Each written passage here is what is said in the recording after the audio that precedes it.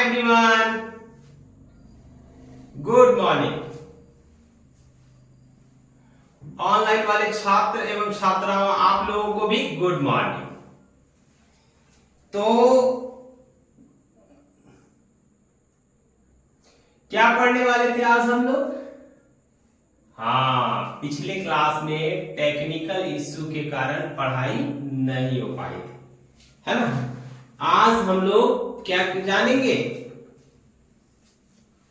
मुगल वंश के दूसरे प्रमुख शासक के बारे में। प्रथम फर्स्ट क्लास में हम लोगों ने मुगल वंश के बारे में पढ़ा था। अब मुगल वंश में हम लोगों ने किसके बारे में जाना? जहीरुद्दीन बाबर के बारे में, जहीरुद्दीन मोहम्मद बाबर। इसके बारे में आप लोग पिछले क्लास में पढ़ चुके हो। अब हम लोगों को किसके बारे में जानना है? खड़े हो जाइए आप। हाँ, आप ही को बोलना है। खड़े हो, बताइए अब हमें किसके बारे में पढ़ना है? बाबर के बारे में मैंने पिछले क्लास में पढ़ाया था। बाबर ने कब से कब तक भारत पर शासन किया? किसके बारे में पढ़ना है? हुमायूं। हाँ, बहुत अच्छा है, ठीक है। पड़ोसी को खड़ा बताओ, बाबर ने भारत में कब से कब तक शासन किया? 1526 से 1530 तक। याद रखना है, पूरा याद करके आया करो, घर से पढ़ के आया करो, है ना।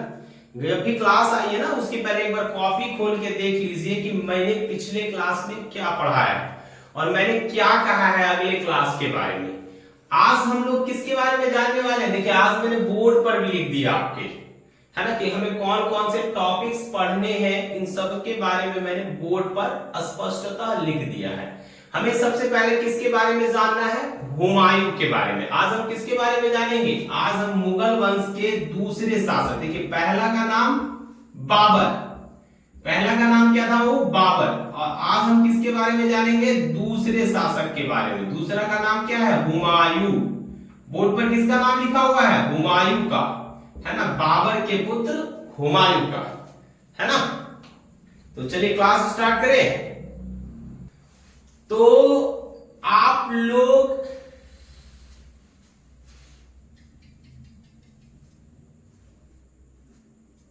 सबसे पहले ये जान लीजिए कि हुमायूं का जन्म, किसका जन्म? कोना का जन्म जी? हाँ, हुमायूं का जन्म 6 मार्च 1508 को काबुल में हुआ था। उस समय बाबर कहां था? काबुल में। 1504 में बाबर ने किसको जीता? काबुल को जीता था, है ना। किसको जीता? काबुल को जीता। और 1526 तक बाबर कहां से शासन करता रहा? तो काबुल से। हाँ, उसने आसपास के बहुत से इलाकों को जीता था। जैसे उसने पुनः फरगना को जीता, उसने पुनः समरकंद को जीता, उसने कंधार राज्य पर आक्रमण किया, उसने बाजोर को जीता। किंतु क्या यह सभी प्रांत बाबर के अधीन रहे थे? नहीं रहे, है ना। इन सभी प्रांतों में जो है स्वतंत्रता हो गई, ऐसे यूं कहिए कि बाबर के हाथों से ये सभी प्रांत निकल गए। बाबर इस पर अपना अस्थायित्व बना कर नहीं रख पाया। तभी तो उसके मन में भारत आने की इच्छा क्या हुई थी? जागृत हुई थी। अगर वो उन सभी क्षेत्रों पर अपना प्रभुत्व बनाए रख पाता तो संभवतः भारत में मुगल सत्ता की नींव स्थापित नहीं होती। और आप जो देख रहे हो ना, ये 300 से अधिक वर्षों का मुगल काल, संभवतः यह भी आपको भारत में दिखाई नहीं देता। तो चलिए आगे।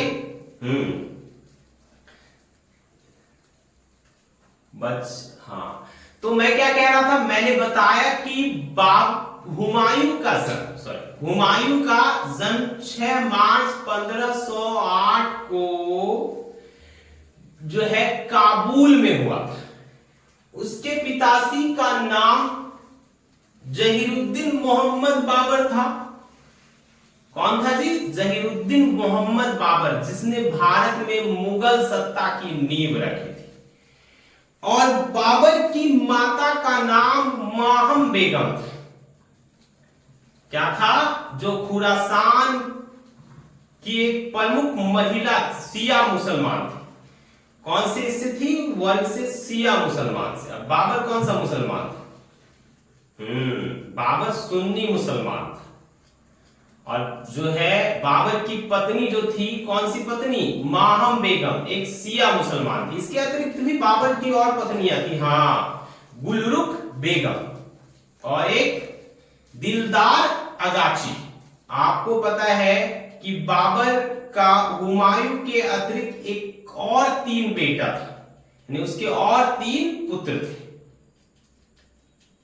वो कौन कौन थे, कामरान मिर्जा, कामरान मिर्जा पूरा नाम है उसका, कामरान मिर्जा, अस्करी और हिंदाल। कामरान मिर्जा, अस्करी और हिंदाल, ये याद रखिएगा। कामरान मिर्जा, अस्करी और हिंदाल, जिसमें कामरान और अस्करी गुलरुख बेगम से उत्पन्न हुए, है ना।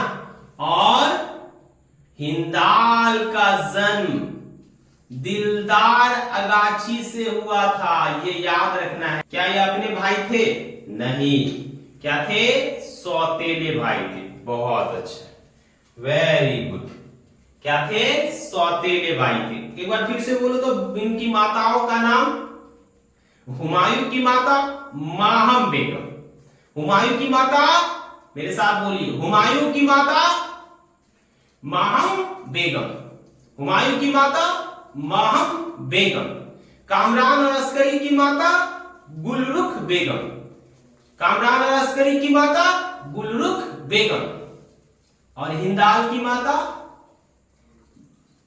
हिंदाल, दिलदार अगाची, दिलदार अगाची, है ना। क्या नाम था उसका, दिलदार अगाची।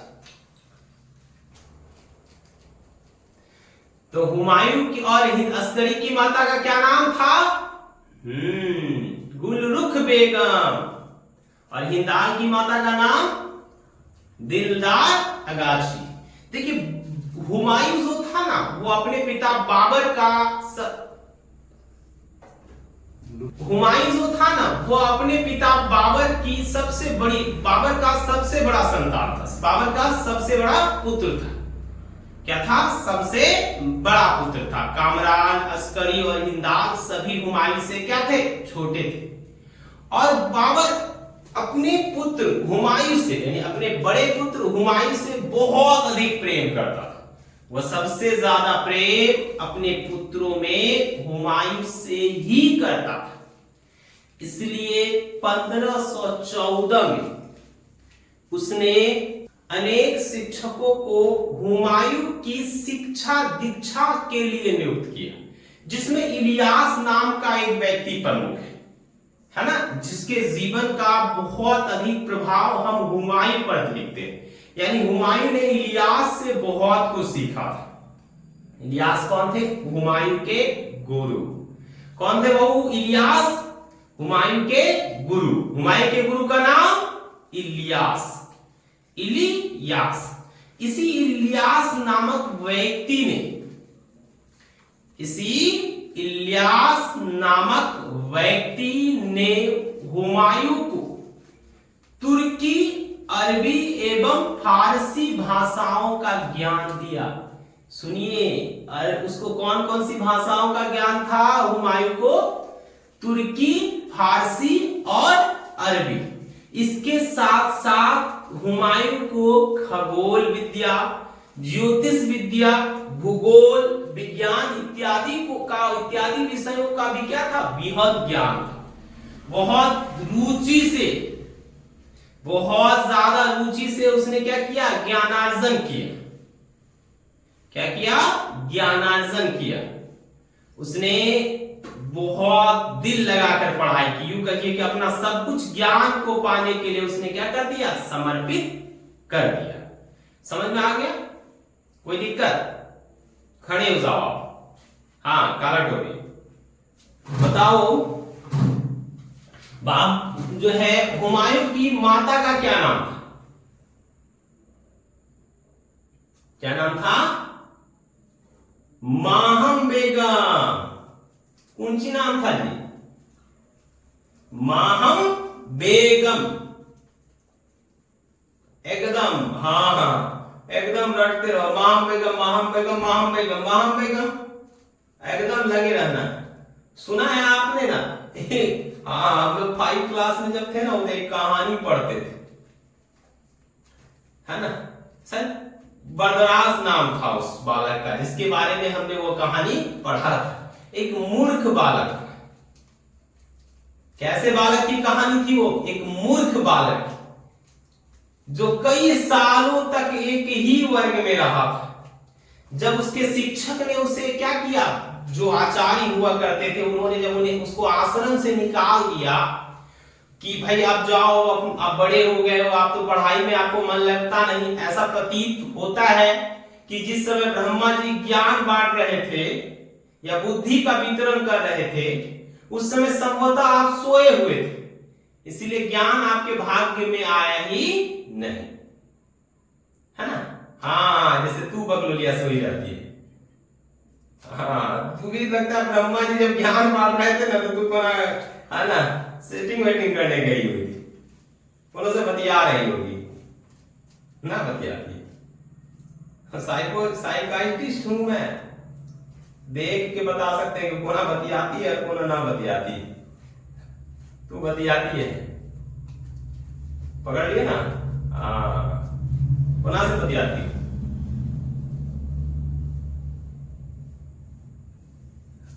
लगे रहो, चौपट हो जाएगी बकलोली।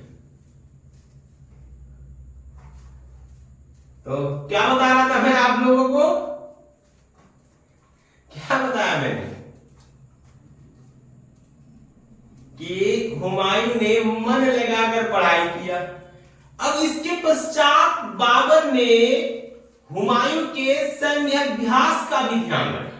दैट मीन्स हुमायूं ने पहले ही प्लानिंग कर लिया था कि वह किसे अपना भविष्य में उत्तराधिकारी बनाएगा, इसलिए उसने अपने बाकी पुत्रों के स्थान पर हुमायूं के सैन्य शिक्षा की भी व्यवस्था की।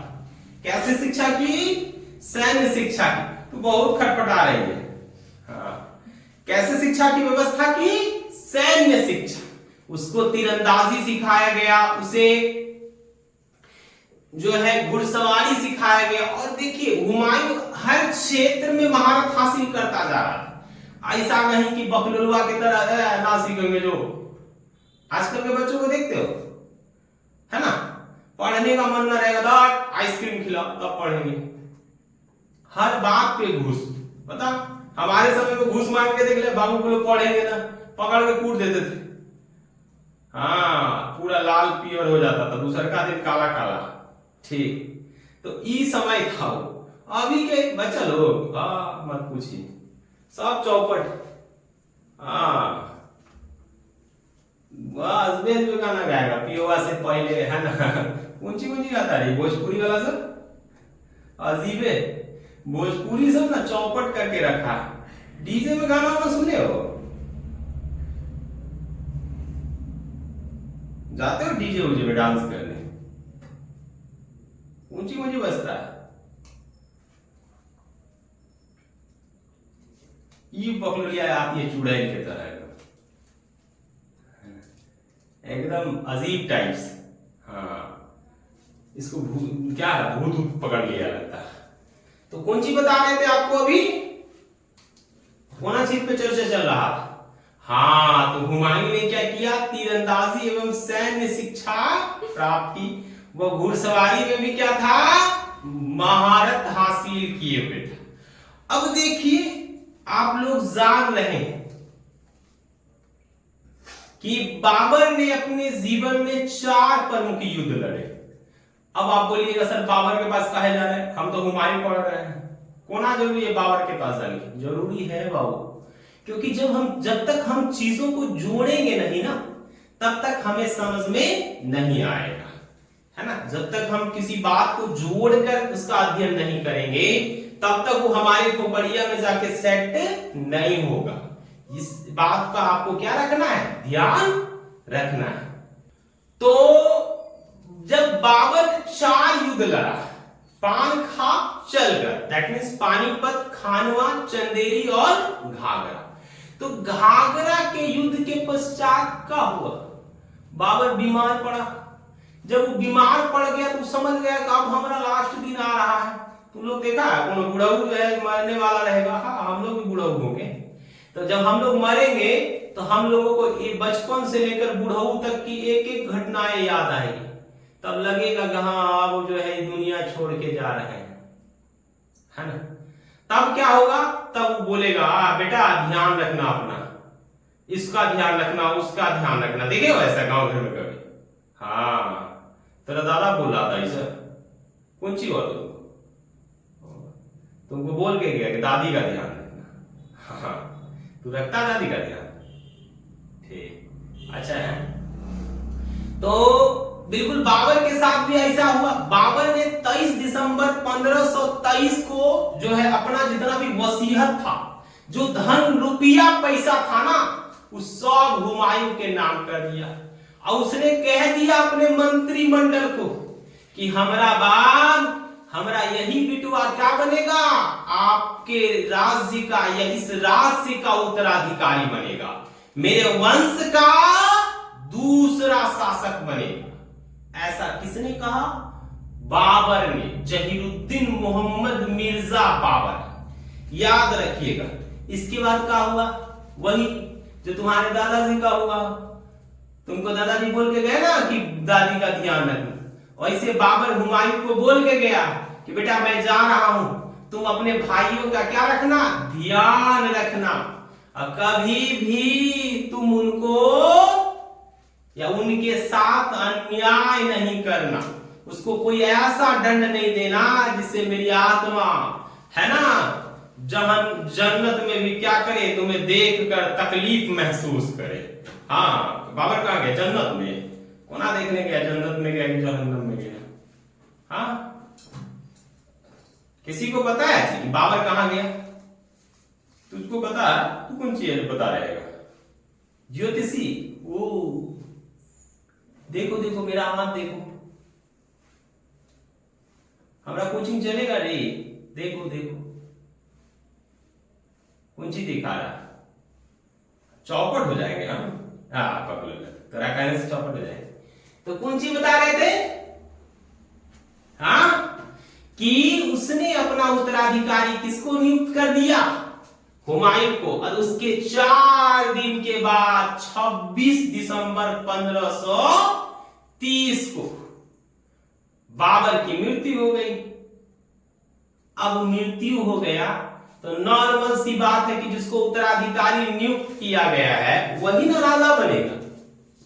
कल्पना तो आप ऐसी ही कर सकते हो कि आप उसी को क्या बनाओगे, शासक बनाओगे। लेकिन बाबू मध्यकाल में शासक बनना इतना सरल नहीं था। हाँ, बहुतों का मुंडी उड़ा। वहां अनेक प्रकार की समस्याएं थी। कब किसका मुंडी गायब हो जाएगा इसकी आप कल्पना नहीं कर सकते हो। तो क्या हुआ?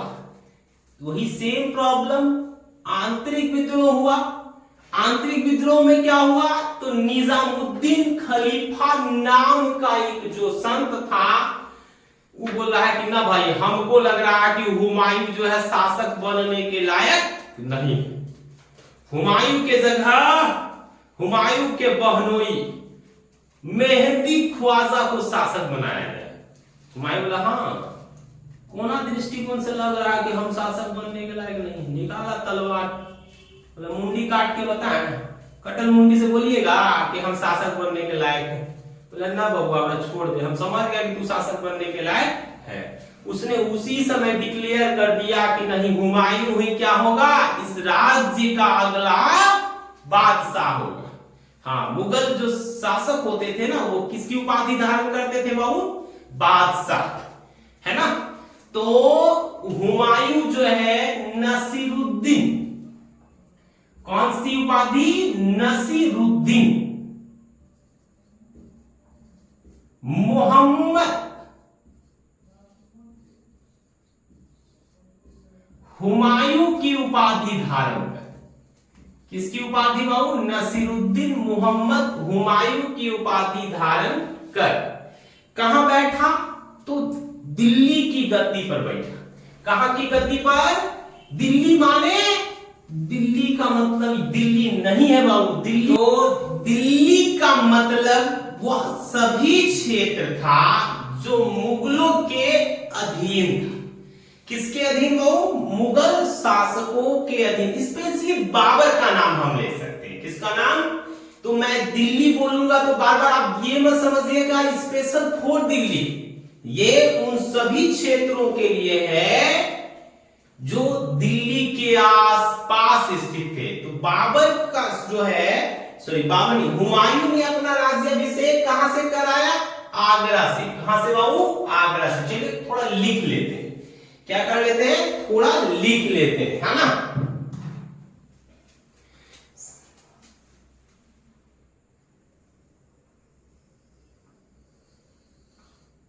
ठीक है, दिख रहा है जी? दिख रहा है ना? हाँ। तो सबसे पहले हुमायूं का जन्म कब हुआ? कब हुआ? 6 मार्च 1530।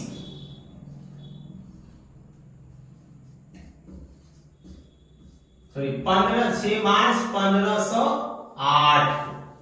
कब हुआ हुमायूं का जन्म? 6 मार्च 1508 को। जन्म स्थान?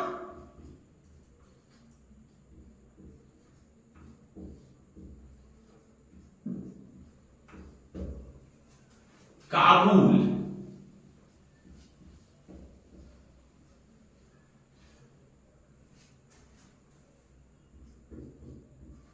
पिता?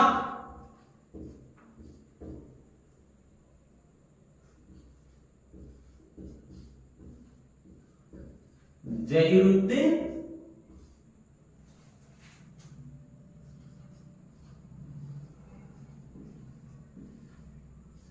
मोहम्मद बाबर। जहीरुद्दीन मोहम्मद बाबर। माता का क्या नाम था?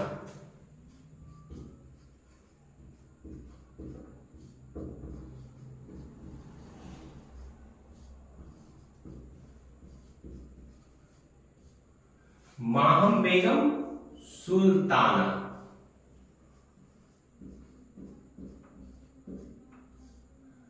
भाई?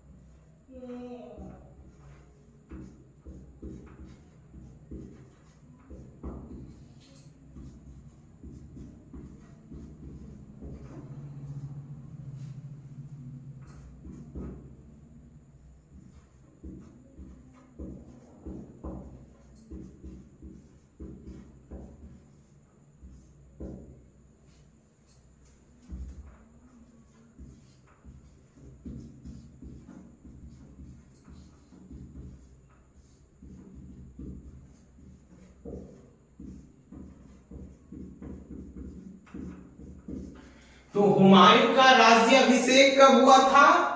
30 दिसंबर 1530 को आगरा में। ये याद रखना आपको। कहां पे? आगरा में।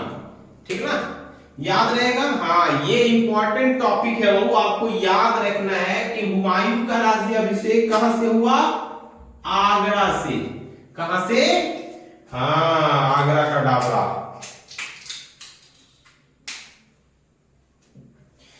अब इसके पश्चात देखिए, हमने उसके प्रारंभिक जीवन और राज्याभिषेक के बारे में जान लिया।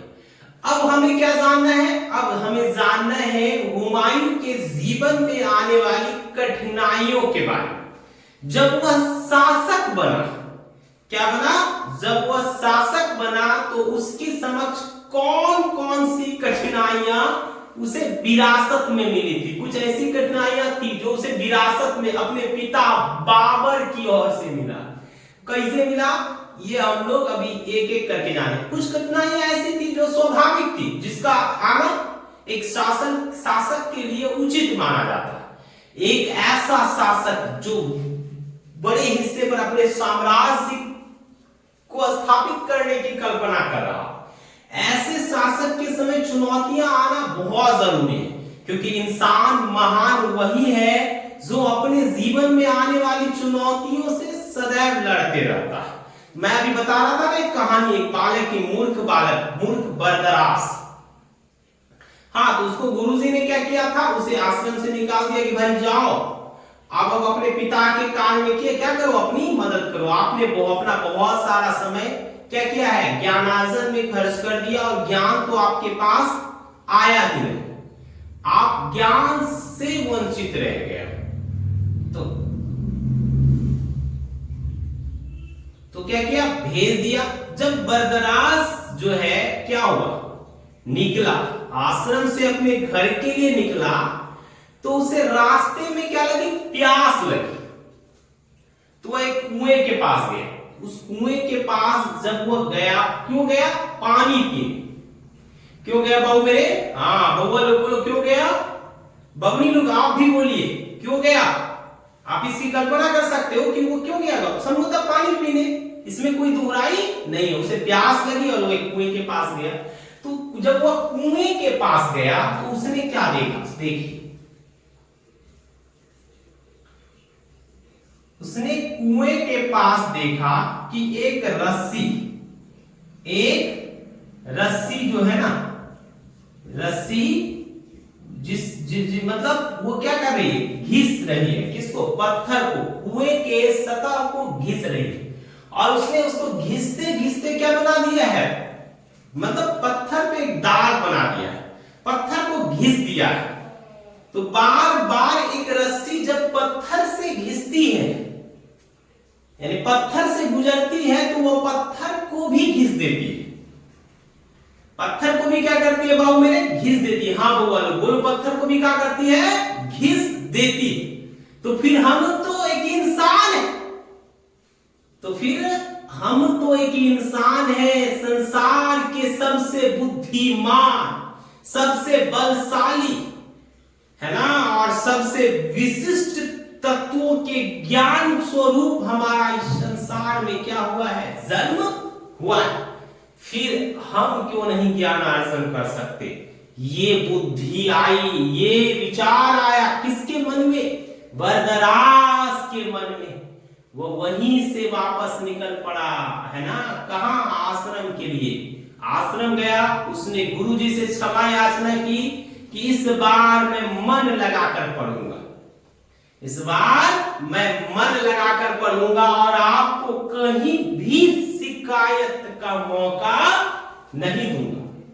क्या नहीं दूंगा, शिकायत का मौका नहीं दूंगा।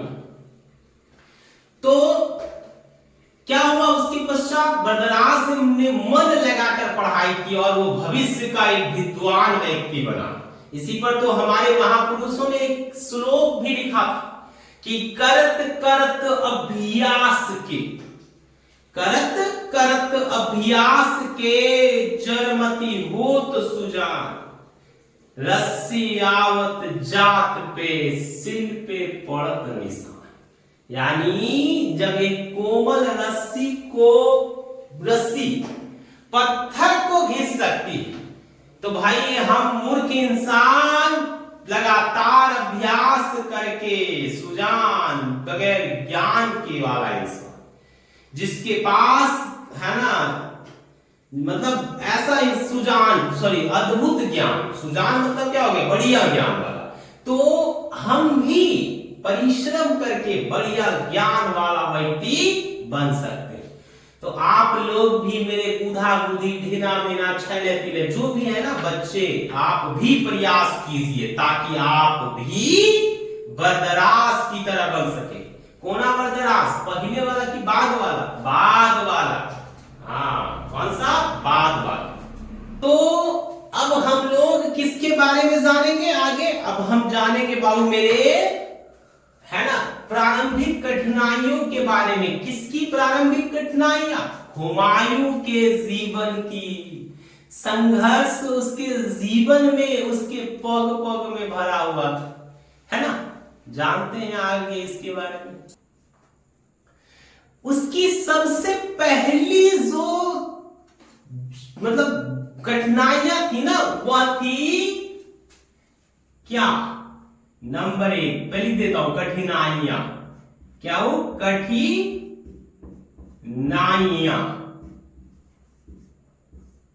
तो पहली कठिनाई क्या थी, जो उसका राज्य था, जो राज्य उसे अपने पिता से मिला था, वो असंगठित था। क्या था, असंगठित राज्य। तो कैसा राज्य, असंगठित राज्य। बाबर ने जब पानीपत के युद्ध के पश्चात दिल्ली को जीता, तो आप जानते हो उसके बाद क्या हुआ, हुमायूं ने आगरा को जीत लिया। आगरा को जीतने के पहले, पानीपत के युद्ध के प्रारंभ होने के पूर्व,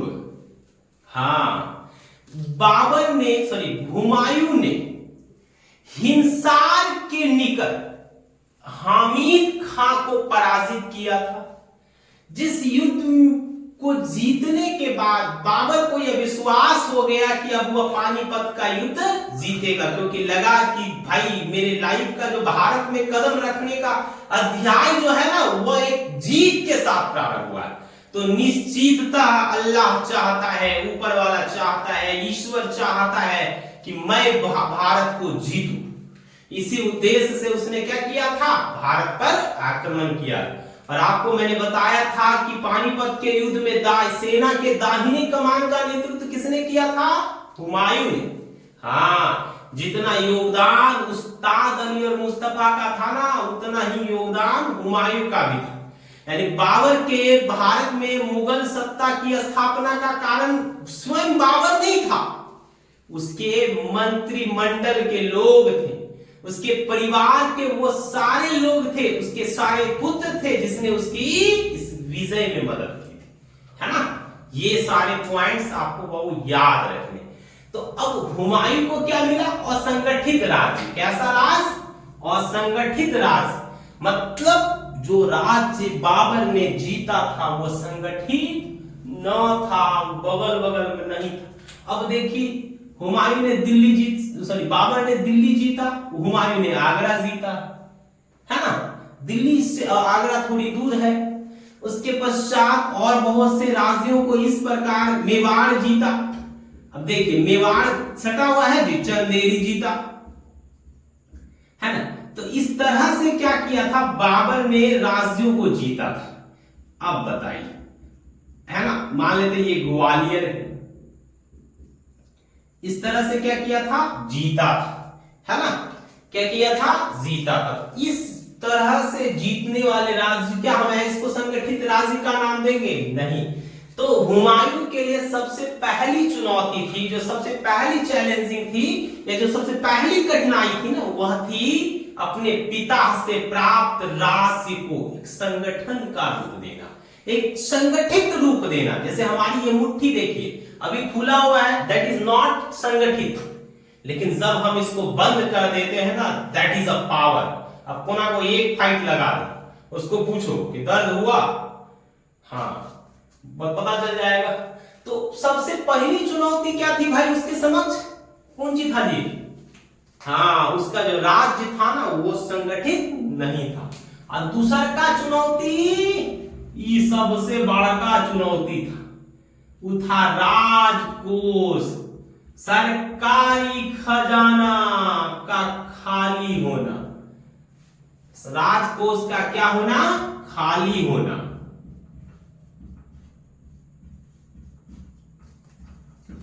काहे राजकोष खाली हो गया था?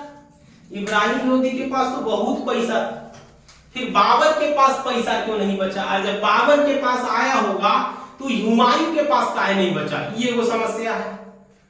मन में प्रश्न उत्पन्न हो रहा ना जी, मन को जो है ना, मन में प्रश्न उत्पन्न होने दीजिए। जब तक आपके मन में प्रश्न उत्पन्न हो रहे हैं, समझिए तभी तक आप जिंदा हैं, है ना, ऐ मानव तू शर्मिंदा है, तू क्या है, शर्मिंदा है। और जब तक तेरे मन में प्रश्न उत्पन्न हो रहा है समझ ले तू जिंदा है ना। तो अब काहे राजकोष खाली हो गया, काहे की पानीपत के युद्ध को जीतने के बाद, कौन युद्ध को, हाँ पानीपत के युद्ध को जीतने के बाद बाबर ने अपार धनराशि का क्या किया था, वितरण किया था। अपने सगे संबंधियों, दास दासियों एवं मंत्रिमंडलों के बीच उसने अपार धनराशि का खुले हाथों से वितरण किया। उसके बाद क्या हुआ, जितना भी समय बाबर भारत में रहा ना बबुआ, तब तक वो युद्धे लड़ता रहा। वो प्रशासनिक व्यवस्था, राजस्व संबंधी व्यवस्था, इन सब की ओर तो वो ध्यान ही नहीं दे पाया। तो पैसा आएगा कहां से, खाली खर्च कीजिएगा, कमाने का जरिया बनाइएगा ही नहीं, तो पैसा आपके खाता में रहेगा जी, न रहेगा, स्टॉक वाला भी खाली हो जाएगा। अब बाबर के साथ यही हुआ है कि नहीं। अब बाबर के साथ हुआ, तू अपना बबुआ को, हुमायूं को भी वही दिया, खाली खजाना है ना, खाली ड्रम, खजाना में कुछ बच में नहीं किया था। अब हुमायूं के लिए यह एक बड़ी समस्या थी। कैसी समस्या थी, बहुत बड़ी समस्या थी। हुमायूं के समक्ष तीसरी जो सबसे बड़ी समस्या थी वह थी उसके सगे संबंधियों का उसके विरुद्ध जाकर कार्य करना, है ना। हुमायूं के दो चचेरे भाई जमा मिर्जा तथा मोहम्मद सुल्तान मिर्जा, दो ऐसे चचेरे भाई थे जिसने सदैव जो है मेहदी ख्वाजा से मिलकर हुमायूं के विरुद्ध योजनाएं तैयार की। उसने बहुत से ऐसे कार्य किए जो हुमायूं के मार्ग में क्या उत्पन्न कर रहे थे, बाधाएं उत्पन्न कर रहे थे। तीसरी समस्या हम लोग लिख सकते हैं, क्या हो सकता है तीसरी समस्या भाई, हाँ हुमायूं के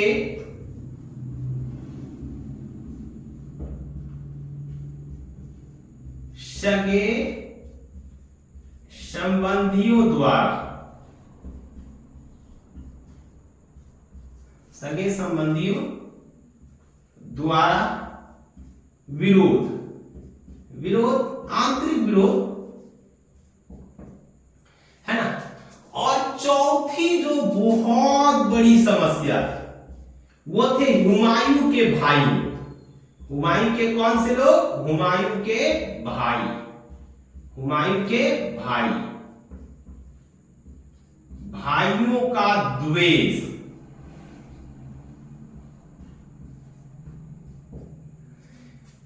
हुमायूं के जितने भी भाई थे, क्या थे, जितने भी भाई थे उसमें से अधिकांश ने, कौन कौन था, कामरान, हिंदाल और अस्करी, या कामरान, अस्करी और हिंदाल, इन तीनों ने जो है ना, या इन तीनों ने जरूरत पर कभी भी हुमायूं का साथ नहीं दिया। हाँ हिंदाल कभी कभी देता था, लेकिन कामरान और अस्करी ने कभी भी क्या नहीं दिया, साथ नहीं दिया। किसका, हुमायूं का। खास तौर पे कामरान मिर्जा, उसने अनेक ऐसे कार्य किए जिसने हुमायूं के जीवन को चौपट कर दिया।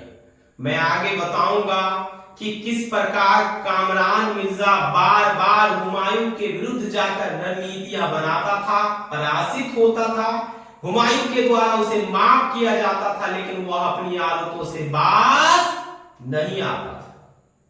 हाँ ठीक है बोला है, जैसे कुत्ता का दुम कभी सीधा नहीं होता, वैसे कामरान भी कभी सीधा नहीं हुआ। कहां से लाते हैं जी सब दिमाग, तुसी ग्रेट। हाँ यही बच्चा है ना जिसके लिए मैंने कहा था कि ये भविष्य में सेलेक्ट होगा। अब मैंने ये भी कहा था कि मैं आपकी बारात जाऊंगा, बाराती बुलाओगे ना, हाँ तो पलायन भी करोगे। ना जी, पलायन विवाह न करना। काहे पलायन विवाह करेगा? पसंद है पहले से, बाबूजी को मना लेना। हाँ चलिए, अब किसके बारे में जानना है? हमने जाना कि हुमायूं के समक्ष जो है अनेक कठिनाइयां थी। अभी हमने उनके कुछ प्रमुख कठिनाइयों के बारे में जाना है ना। अगली कठिनाई के बारे में जानना है। हुमायूं के समक्ष जो अगली कठिनाई थी ना, वह अफगानों से संबंधित थी। किससे? वो अफगानों से। अभी जो बाबर के द्वारा अंतिम जो युद्ध में परास्त हुआ था महमूद लोधी, क्या वो मारा गया था? नहीं, वो भाग गया था। क्या हो गया था बाबू मेरे? भाग गया था। महमूद खां लोधी या महमूद लोधी बिहार में अपनी जड़ें मजबूत कर रहा था और हुमायूं को चुनौती देने की तैयारी कर रहा था। हाँ, और एक और था बकलुलवा। बकलुलवा ना कहेंगे उसको, बिहार का था और वो बिहार का शेर था, जिसने दिल्ली से क्या किया? समस्त भारत पर शासन किया। शेर खां। हाँ, वह भी धीरे धीरे बिहार में अपनी जड़ें मजबूत कर रहा था और तैयारी कर रहा था दिल्ली विजय की, है ना। इसके लिए दिल्ली दूरस्थ नहीं था। हाँ, इसके भाग्य में लिखा था दिल्ली। आगे जानेंगे। हाँ, हम लोग अलग से हुमायूं शेरशाह के बारे में भी हम लोग अलग से पढ़ेंगे। शेरशाह, जिसका वास्तविक नाम फरीद था। शेर खां की उसको उपाधि मिली थी, बाद में इसी उपाधि को उसने शेरशाह में परिवर्तित किया। मैं बता दूंगा, है ना, आप निश्चित रहिए। ठीक,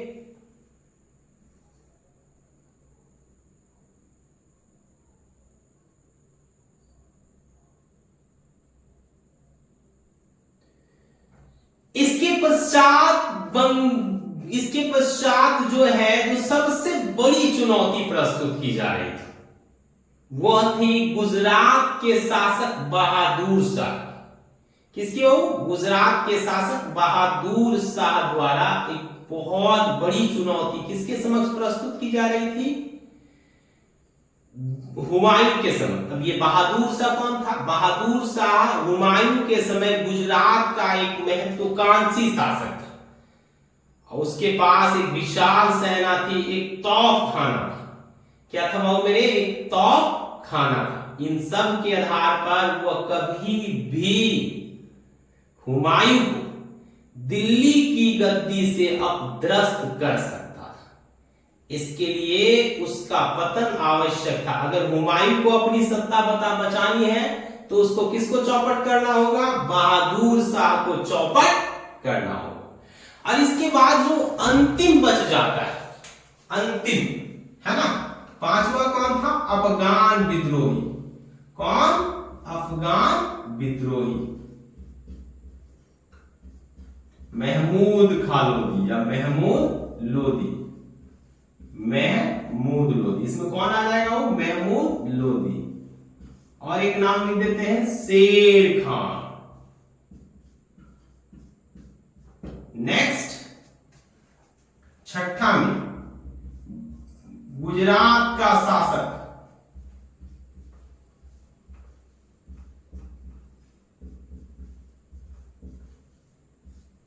बहादुर शाह।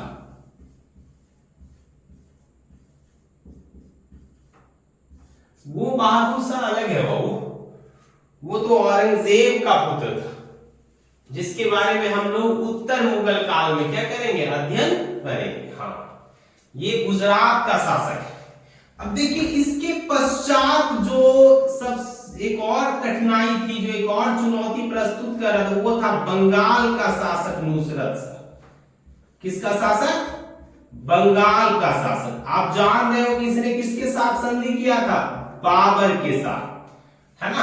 इसने संधि किया था और इसने खराज देना कबूल किया था।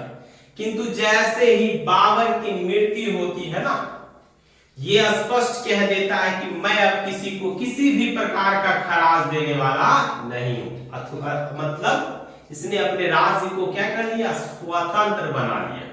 इसने स्वतंत्र राज्य बना लिया बंगाल। तो ये सारी कठिनाइयां किसके समक्ष मौजूद थी, तो दिल्ली के शासक, मुगल वंश के दूसरे शासक बाबर का पुत्र हुमायूं के समक्ष।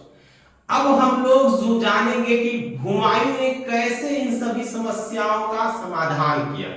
इसके लिए सबसे ज्यादा इंपॉर्टेंट चीज क्या है भाई, इन समस्याओं का समाधान करना है तो आपको क्या करना हो, हाँ बबुआ तू आंसर बढ़िया देता, तू सी ग्रेट है ना, रियल में। अब क्या करना होगा, सैन्य अभियान, उन सभी शासकों के भविष्य को चौपट करना होगा जो भविष्य में हुमायूं को चौपट कर सकते हैं। तो इसके लिए हुमायूं ने क्या किए, कई सैन्य अभियान किए। क्या किए, कई सैन्य अभियान किए, जिसमें से उसका जो सबसे पहला सैन्य अभियान था ना, वो कालिंजर के विरुद्ध था। किसके विरुद्ध था वो, कालिंजर।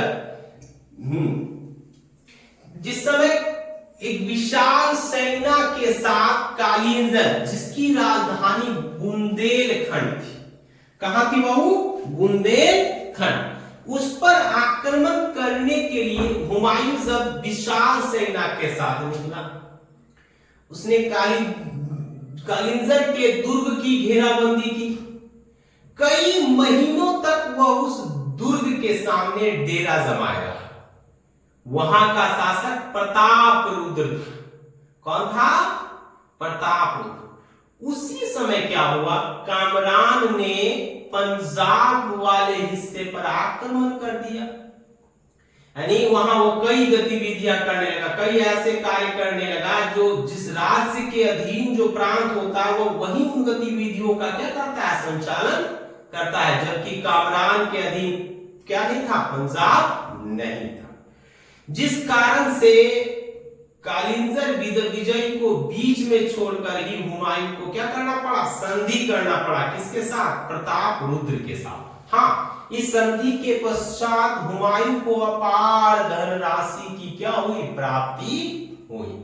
कालिंजर किसके अधीन रह गया, तो प्रतापरुद्र के अधीन।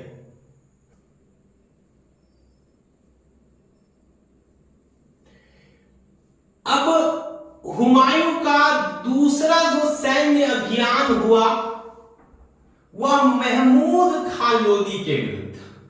महमूद लोदी, अफगान सरदार महमूद लोदी, जो बिहार में अपनी जड़ें क्या कर रहा था, मजबूत कर रहा था। और कहीं ना कहीं वह भविष्य में हुमायूं को चुनौती देगा, इस चीज को हुमायूं भली भांति समझ रहा।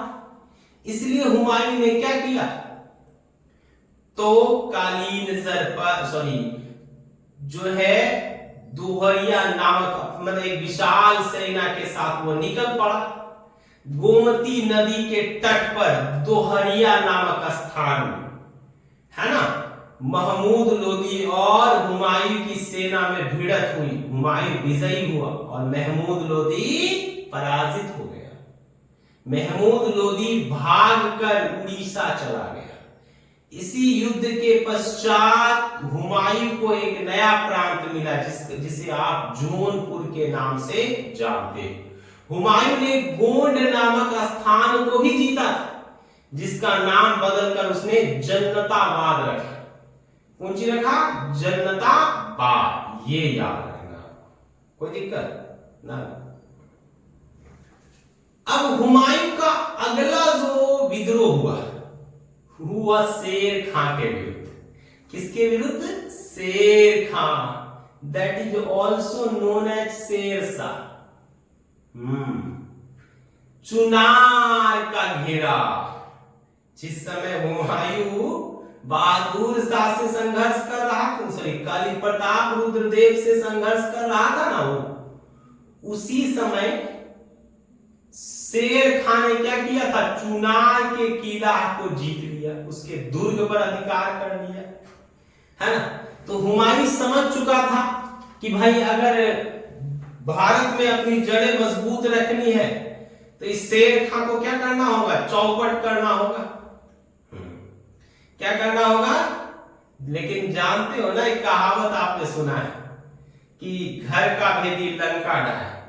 जब आप घर के लोगों से परेशान हो जाओगे ना बाबू, जब घर के लोग ही आपकी बर्बादी के बारे में सोचने लगे तो संसार को आप नहीं जीत सकते।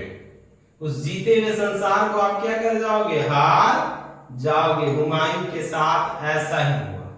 हुमायूं ने क्या किया, कई महीनों तक इस बार भी चुनार का घेरा बनाए रखा, चुनार के दुर्ग की घेराबंदी की, लेकिन वह शेर खां को पराजित नहीं कर पाया।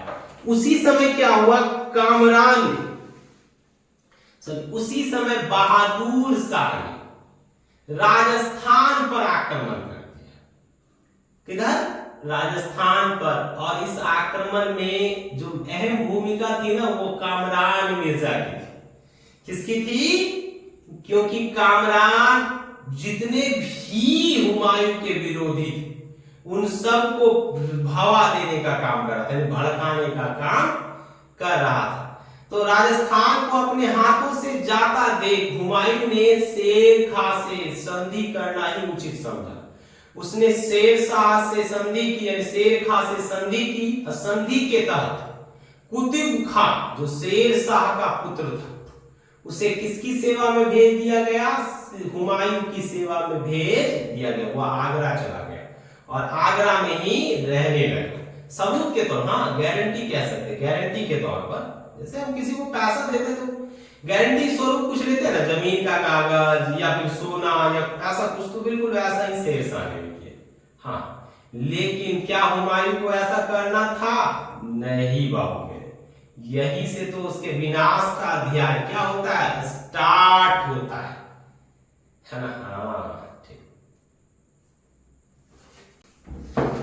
अब आप आइडिया लगाइए, एक कल्पना कीजिए कि हुमायूं का चौथा जो संघर्ष हुआ होगा वो किसके साथ हुआ होगा।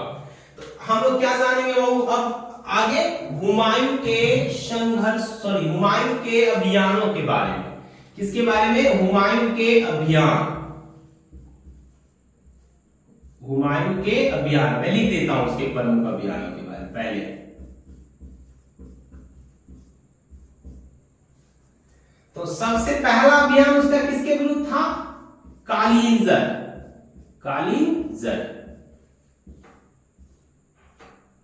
है ना, लिखा हुआ होगा, देखिए है ना यहाँ कालिंजर, लिखने की कोई आवश्यकता नहीं, ठीक है ना। कालिंजर। दूसरा दोहरिया, महमूद लोधी। तीसरा चुनार, शेर शाह यानी शेर खां। चौथा संघर्ष किसके साथ हुआ वो, तो बहादुर शाह, गुजरात के शासक बहादुर शाह के साथ। बहादुर शाह ने एक विशाल सेना का गठन कर दिया और जिस समय हुमायूं चुनार पर घेरा बनाए था ना, उसी समय बहादुर शाह ने राजस्थान पर आक्रमण कर उसे जीतने का प्रयास किया, जिसके कारण विवशता पूर्ण क्या करना पड़ा, तो हुमायूं को शेर खां से संधि करनी पड़ी। तो बहादुर शाह से तो भाई लड़ना आवश्यक था। लड़ाई स्टार्ट हुई और उसके बाद क्या हुआ, इस युद्ध में हुमायूं विजयी हुआ, बहादुर शाह क्या हो गया, पराजित हो गया। और पराजित होकर क्या हो गया, वह भाग गया, पश्चिम की ओर भाग गया। भागा, कुछ दिनों तक उसने अपदरस्त जीवन बिताया और फिर उसने क्या कर दिया, गुजरात पर आक्रमण किया और उसे फिर से उसने क्या कर लिया, जीत लिया। किंतु पुर्तगालियों से किसी बात को लेकर बहस के दौरान, है ना, समुद्र में गिर जाने के कारण डूबकर जो है बहादुर शाह की मृत्यु हो गई। और बहादुर शाह की मृत्यु के साथ ही क्या हो गया, मृत्यु के साथ ही क्या हो गया, तो गुजरात में एक विनाशक शक्ति का, एक भयानक शक्ति का क्या हो गया, वो मेरे अंत हो गया। अब देखिए, अब यहीं से स्टार्ट होता है शेर खां से संघर्ष का दौर। किसके साथ, शेर खां। किसे, शेर खां से। तो शेर खां से जो संघर्ष हुआ ना, देखिए अब तक शेर खां चुनार पर भी अपना अधिकार जमा चुका था और बंगाल पर भी वो अपना अधिकार क्या कर चुका था, स्थापित कर चुका था। तो चुनार पर विजय प्राप्त किया और अब तक वो बंगाल का भी शासक बन गया, लेकिन उसने खराज नहीं दिया। किसको? तो हुमायूं को। किसको बाबू मेरे? हुमायूं को। स्वाभाविक था कि अब युद्ध होना था, तो हुमायूं एक विशाल सेना के साथ कहां के लिए निकला? बंगाल विजय के लिए, बंगाल अभियान के लिए। बंगाल अभियान में जब विशाल सेना के साथ हुमायूं पहुंचा ना, तो शेर खां उस सेना को देख के समझ गया कि अब हमारी हार निश्चित है। यहां पर उसने दिमाग से काम लिया। हाँ, शेर शाह के पास दिमाग है ना। अभी तो वो शेर खां कहलाएगा। क्या कहलाएगा? शेर खां।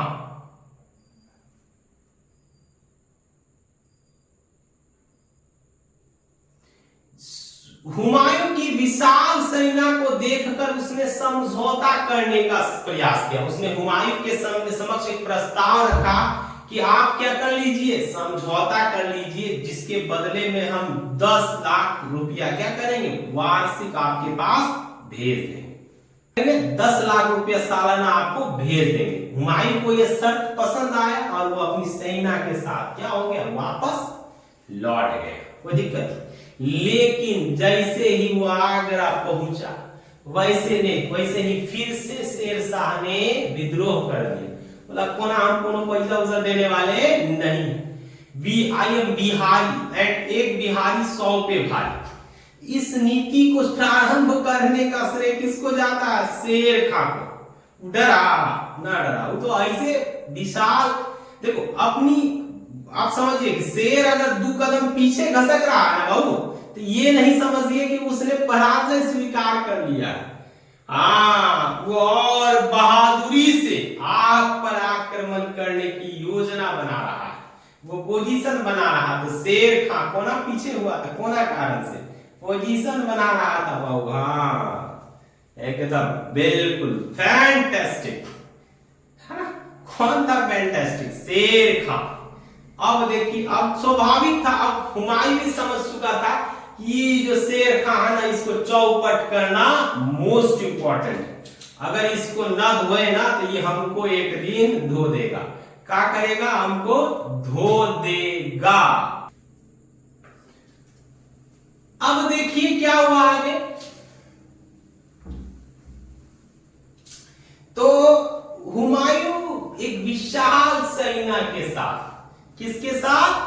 बिहार और बंगाल की ओर चल। शेर शाह भी समझ चुका था, है ना। शेर शाह भी क्या हो चुका था? वो समझ चुका था कि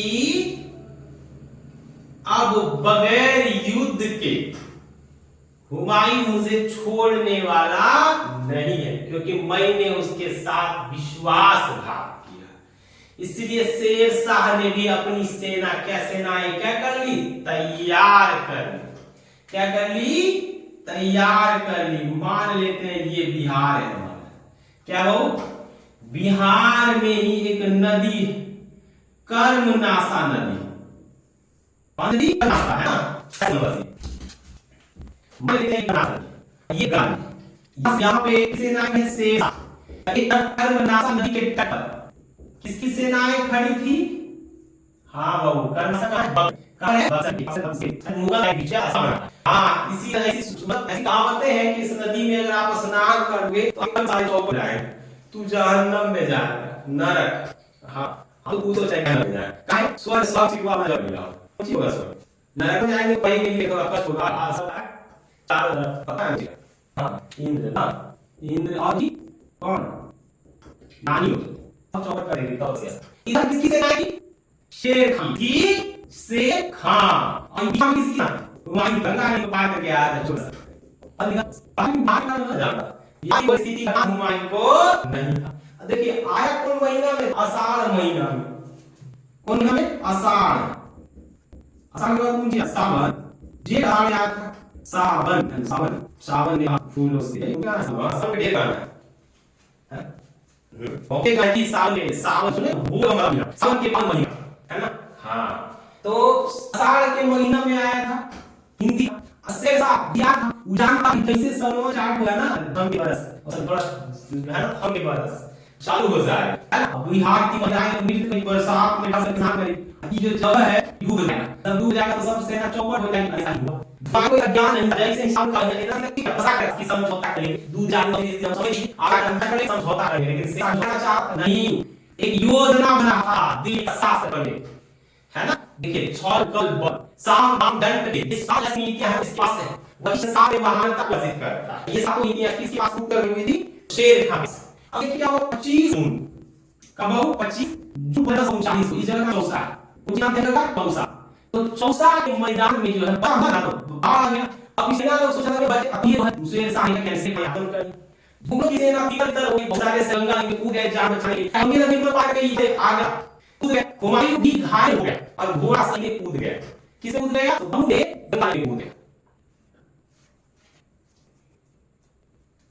निजाम ना बिस्ती है ना, अपने मस्त से किसे मस्त से हुमायूं की जान जाए और हुमायूं को तैयार हो लेगा आगरा, उस जान बचाई। जब हम दोनों आगरा पहुंचे तो हुमायूं ने आधा दिन का बादशाह यानी आधा दिन के बाद दिल्ली का शासक बना दिया। ये पूछता है आपके एग्जाम बीपीएससी में पूछने संभव हो कंफर्म नहीं, बीपीएससी सवाल पूछा कि चौसा के युद्ध में किस भिस्ती ने हुमायूं के प्राण बचाए थे, तो उसका नाम है नाम भिस्ती का मिल है या भिस्ती।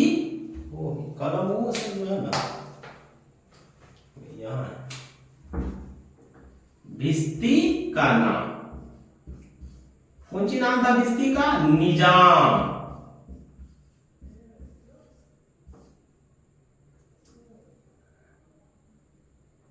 निजाम इसी ने क्या बनाया था? तो निजाम प्राण बचाया था।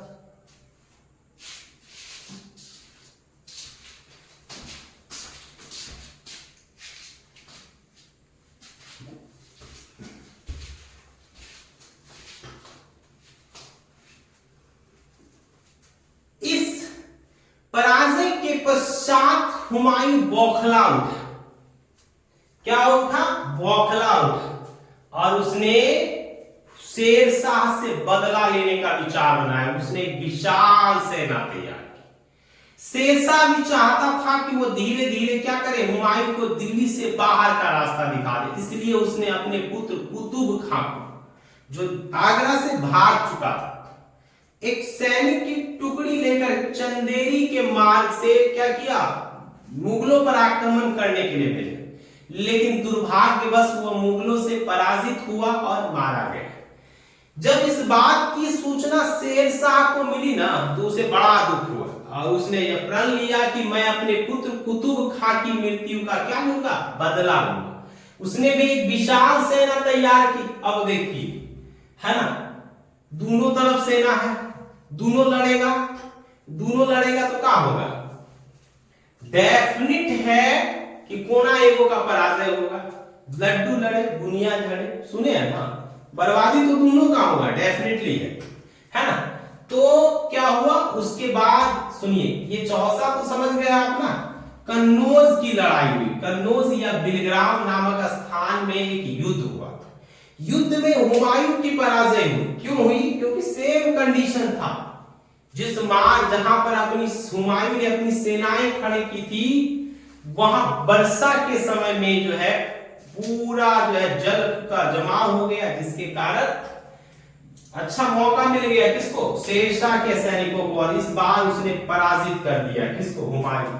पूरी तरह से पराजित कर दिया। अब हुमायूं भागा अपने भाई हिंदाल के साथ। दोनों भाई पहले आगरा गए। आगरा से दोनों अपने परिवारों के साथ लेकर दिल्ली निकले। दिल्ली से ये कहां पहुंच गए? अपने भाई कामरान के पास।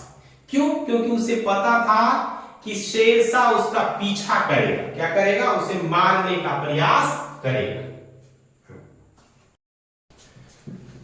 तो इसके बाद शेरशाह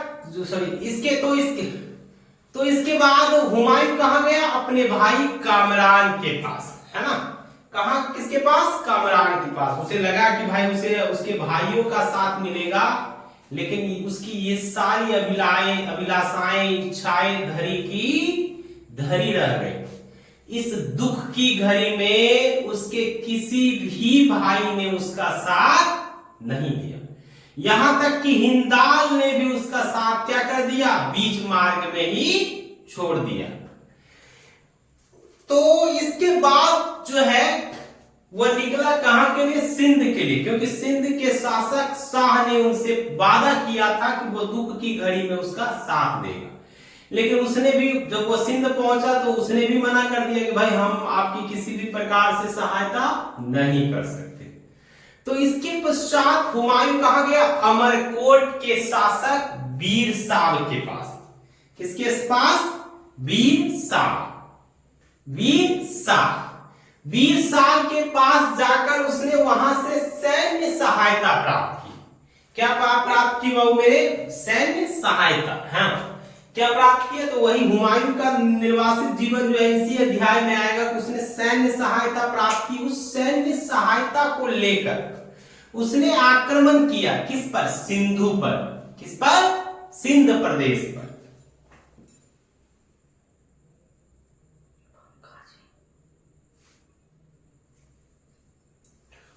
और उसने शाह हुसैन को पराजित किया।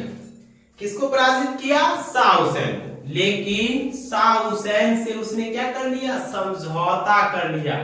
क्या समझौता किया, तो उसने समझौता किया कि वह उसे एक बड़ी धनराशि देगा और कंधार जाने के लिए उसे मार्ग उपलब्ध कराएगा। किंतु यहां से जो है कुछ आपसी भेदभाव हो गया उसका अमरकोट के शासक बीरसाल से, जिसके कारण हुमायूं ने वहां ठहरना उचित नहीं समझा। वह चला गया कहां, ईरान। 1543 में वह अपने छोटे पुत्र अकबर को अपने 2 भाइयों के पास रखकर कहां चला गया, अपनी पत्नी और पूरे परिवार के साथ वह ईरान चला गया। वो ईरान के शासक के पास गया। उसके पश्चात उसी 2 भाइयों से अकबर को किसने लिया, तो अकबर के चाचा अस्करी ने, और उसने उसे ले जाकर अपनी पत्नी सुल्ताना बेगम को सौंप दिया। कहा कि हमें क्या करनी है, इसकी उचित परवरिश करनी है, हमें ही इसका लालन पालन करना है। ईरान के शासक तहमासप ने उसे सैन्य सहायता देने का वादा किया, लेकिन इसके लिए उसने एक शर्त रखी। कौन सी शर्त रखा, पहली का शर्त था कि आपको शिया धर्म अपनाना होगा। हाँ, इस्लाम का ही एक पार्ट है शिया समुदाय। शुरू में हुमायूं इसके लिए राजी नहीं हुआ, लेकिन बाद में उसने देखा कि अब मेरे पास कोई विकल्प बचा हुआ नहीं है, तो उसने क्या किया, शिया मत अपना लिया और है ना शासक के भतीजी से विवाह भी किया और 17,000 सैन्य बल प्राप्त किया, अश्वारोही सैनिकों को प्राप्त किया ईरान के शासक से, और उससे वादा किया कि जब वह कांधार को जीतेगा तो वह कांधार किसको सौंप देगा, ईरान को सौंप देगा। अब उसके पास क्या था, हुमायूं के पास धन था जो उसने सिंध के शासक से प्राप्त किया था। उसके पास एक सेना थी, विशाल तो नहीं कर सकते लेकिन एक पर्याप्त सेना थी जिसके द्वारा वो दोबारा भारत पर जो है शासन कर सकता था। इसी इच्छा के साथ वह ईरान से निकला। कहां से निकला, ईरान से निकला, और उसने सर्वप्रथम किस पर आक्रमण किया, कांधार पर। किस पर, कांधार राज्य पर उसने आक्रमण किया। उस समय जो है कंधार का शासक कामरान था, लेकिन वहां पर जो है अस्करी कामरान के प्रतिनिधि के रूप में कार्य कर रहा था। अस्करी पराजित हुआ है ना, और कंधार पर किसका अधिकार हो गया, आधिपत्य हो गया हुमायूं का। हुमायूं ने इस कंधार को किसको सौंप दिया, शाह सामम को सौंप दिया, और उसको सौंपने के कुछ ही दिन के पश्चात शाह की क्या हो गई, मृत्यु हो गई, जिसके कारण उसके पुत्र से पुनः कंधार को किसने वापस ले लिया, तो हुमायूं ने वापस ले लिया। अब देखिए हुमायूं का जो दूसरा महत्वपूर्ण संघर्ष होगा ना, वह अपने भाई कामरान मिर्जा से, जो कहां पर शासन कर रहा था, वो काबुल पर। कहां पर, काबुल पर। तो हुमायूं ने काबुल पर आक्रमण किया। कई महीनों तक वह काबुल के दुर्ग पर घेरा बनाए रखा। अंततः काबुल में उसकी विजय हुई। उसने काबुल को क्या कर लिया? जीत लिया। 1246 में उसने काबुल को जीत लिया। उसके भाई कामरान ने समझौता करने का प्रस्ताव रखा, जिसके लिए हुमायूं क्या हो गया? तैयार हो गया। हाँ, देखिए हुमायूं की जो है ना कुछ चारित्रिक दुर्बलताएं थी, कुछ कमजोरियां भी थी, जो उसके पतन के मार्ग की सबसे बड़ी, मतलब कह सकते हैं उसके पतन के लिए सबसे बड़ा फैक्ट था। वो अपने भाइयों को कहीं ज्यादा प्रश्रय देता था, कहीं ज्यादा छूट देता था। उसके भाई बार बार उस पर क्या करते थे? आक्रमण करते, उसे परेशान करते, किंतु वह बार बार उन्हें क्या करता था? मार कर देता था, जैसा कि किसी और दूसरे मुगल शासक या मध्यकाल के किसी दूसरे शासक ने नहीं किया। दूसरा, उसकी कुछ भूलें थी। वो भूलें क्या थी? तो जिस समय हुमायूं बाबर की मृत्यु हुई थी, तो उसने क्या किया था? अपने पिता के राज्य को अपने भाइयों में बांट दिया था, है ना? उसने क्या किया? अपने राज्य को अपने भाइयों के बीच वितरित कर दिया, जो कहीं ना कहीं उसके पतन का सबसे बड़ा कारण बना, क्योंकि उनके इन्हीं भाइयों ने आगे चलकर उनके हर एक कार्य में बाधाएं उत्पन्न की, है ना? क्या उत्पन्न की? क्या उत्पन्न की? बाधाएं उत्पन्न की। तो इसके पश्चात समझौता तो कर लिया, लेकिन कामरान चुप बैठने वाला नहीं था।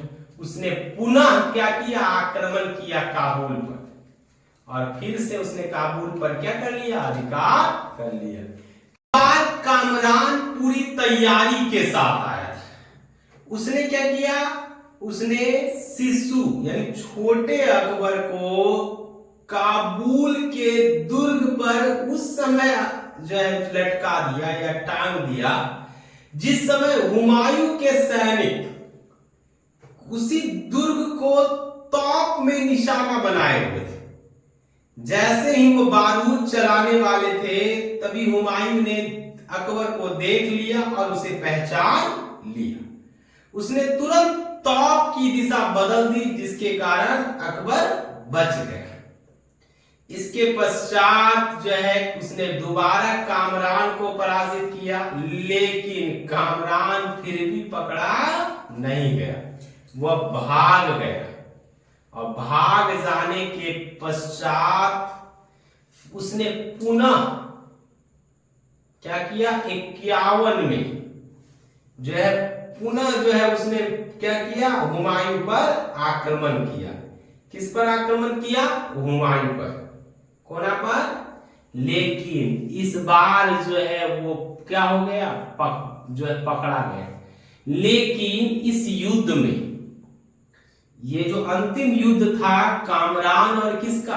हुमायूं का, इस युद्ध में हिंदाल हुमायूं की ओर से लड़ते हुए मारा गया, और अस्करी और कामरान दोनों पकड़े गए।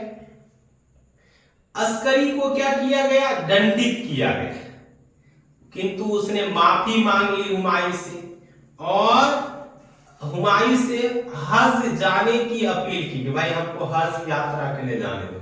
हुमायूं ने इसकी क्या की? अनुमति प्रदान कर दी। हज यात्रा के दौरान ही 1527 में अस्करी की मार्ग में ही क्या हो गई? मृत्यु हो गई। उसके बाद कामरान को अंधा कर दिया गया। कौन सी किया? इस बार सही रूप में दंडित किया था। किसने? तो हुमायूं ने अंधा कर दिया गया। उसके बाद जो है कामरान ने भी हज यात्रा जाने की क्या की? इच्छा व्यक्त की। उसे भी हज यात्रा पर भेज दिया गया, जहां 1558 में उसकी भी क्या हो गई? मृत्यु हो गई, है ना? तो एक तरह से उसके दो भाई हज यात्रा पे चले गए। तीसरा हिंदाल उसकी ओर से लड़ते हुए क्या हो गया? रणभूमि में मारा गया। तो हम कह सकते हैं कि भाई हुमायूं के जितने भी प्रतिद्वंदी थे, जो उसके अपने आंतरिक प्रतिद्वंदी थे, वो सारे क्या हो गए? समाप्त हो गए।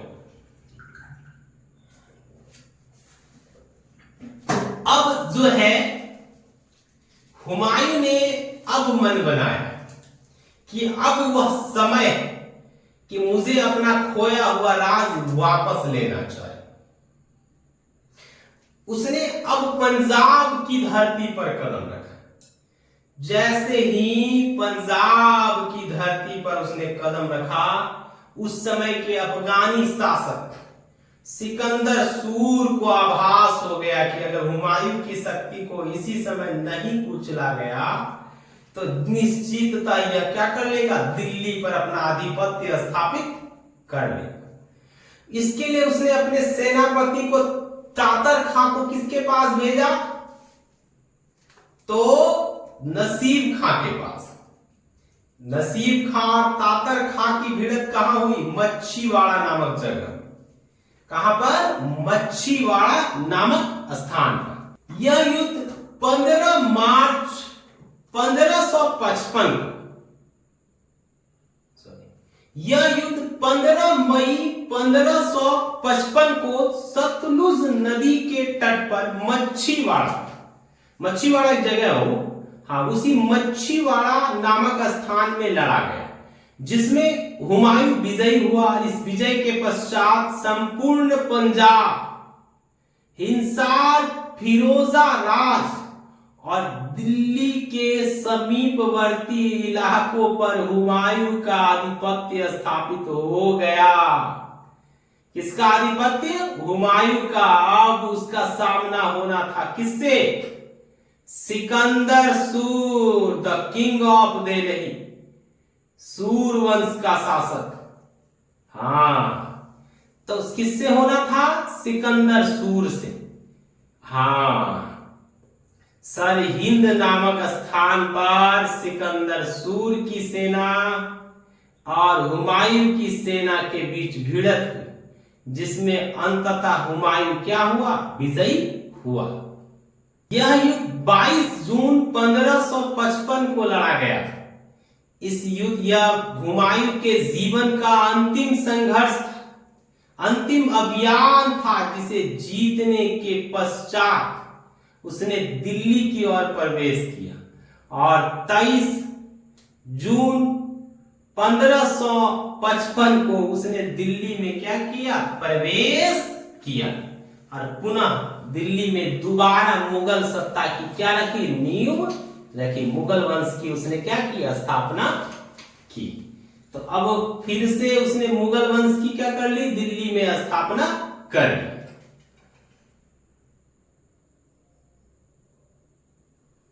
दिल्ली पहुंचकर उसने अपने सभी मंत्रियों को क्या किया, बहुत सी जागीरें प्रदान की।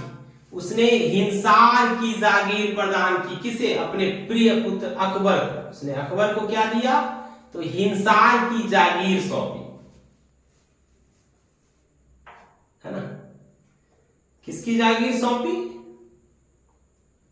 उसने अकबर को हिंसार की जागीर सौंपी। लेकिन दुर्भाग्य देखिए उसका, दुर्भाग्य कि वह अधिक दिनों तक दिल्ली पर शासन नहीं कर पाया।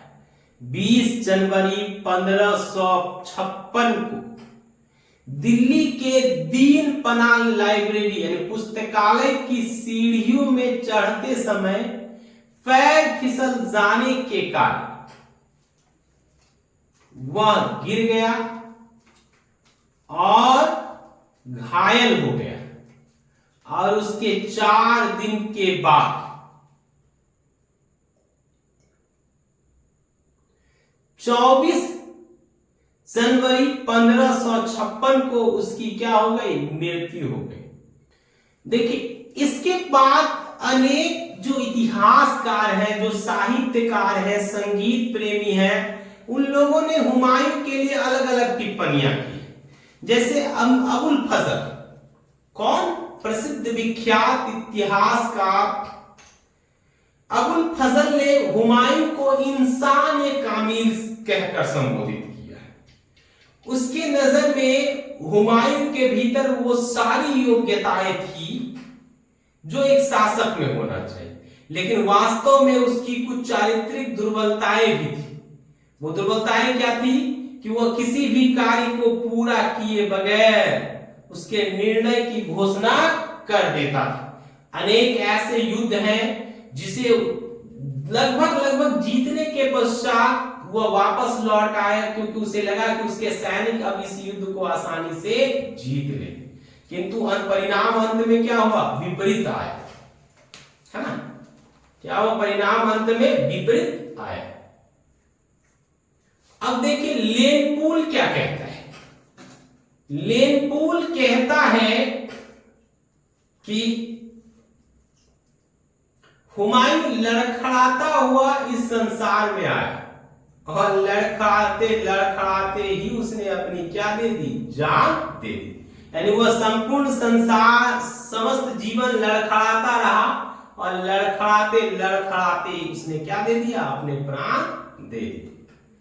देखिए हुमायूं जो है वो ज्योतिषी पर भी भरोसा करता था। जैसे अभी थोड़ा देर पहले बताए थे बगलुआ, ये बोल रहा था हमको ज्योतिषी का ज्ञान है, आपका कोचिंग चौपट हो जाएगा। हाँ, कहां से सीखे हो? किताब पढ़ के। कौन किताब पढ़ा था जी तू ज्योतिषी बनने के लिए? हाँ, तो हुमायूं को किसका ज्ञान था? ज्योतिषी का। इसीलिए तो वह 7 दिन अलग अलग रंग के वस्त्र क्या करता था? धारण करता था। जैसे रविवार को वह पीला कपड़ा पहनता था, हाँ, शनिवार को काला और सोमवार को वह सफेद वस्त्र धारण करता था। तो इसी के साथ आज आप लोगों का क्लास क्या होता है? यही समाप्त होता है। हुमायूं खत्म। अब हम लोग अगले क्लास में किसके बारे में जानेंगे? भारत के नेशनल किंग के बारे में, भारत के राष्ट्र सम्राट जलालुद्दीन मोहम्मद अकबर के बारे में। हम उनकी उपलब्धियों का भी क्या करेंगे? वहां अध्ययन करेंगे।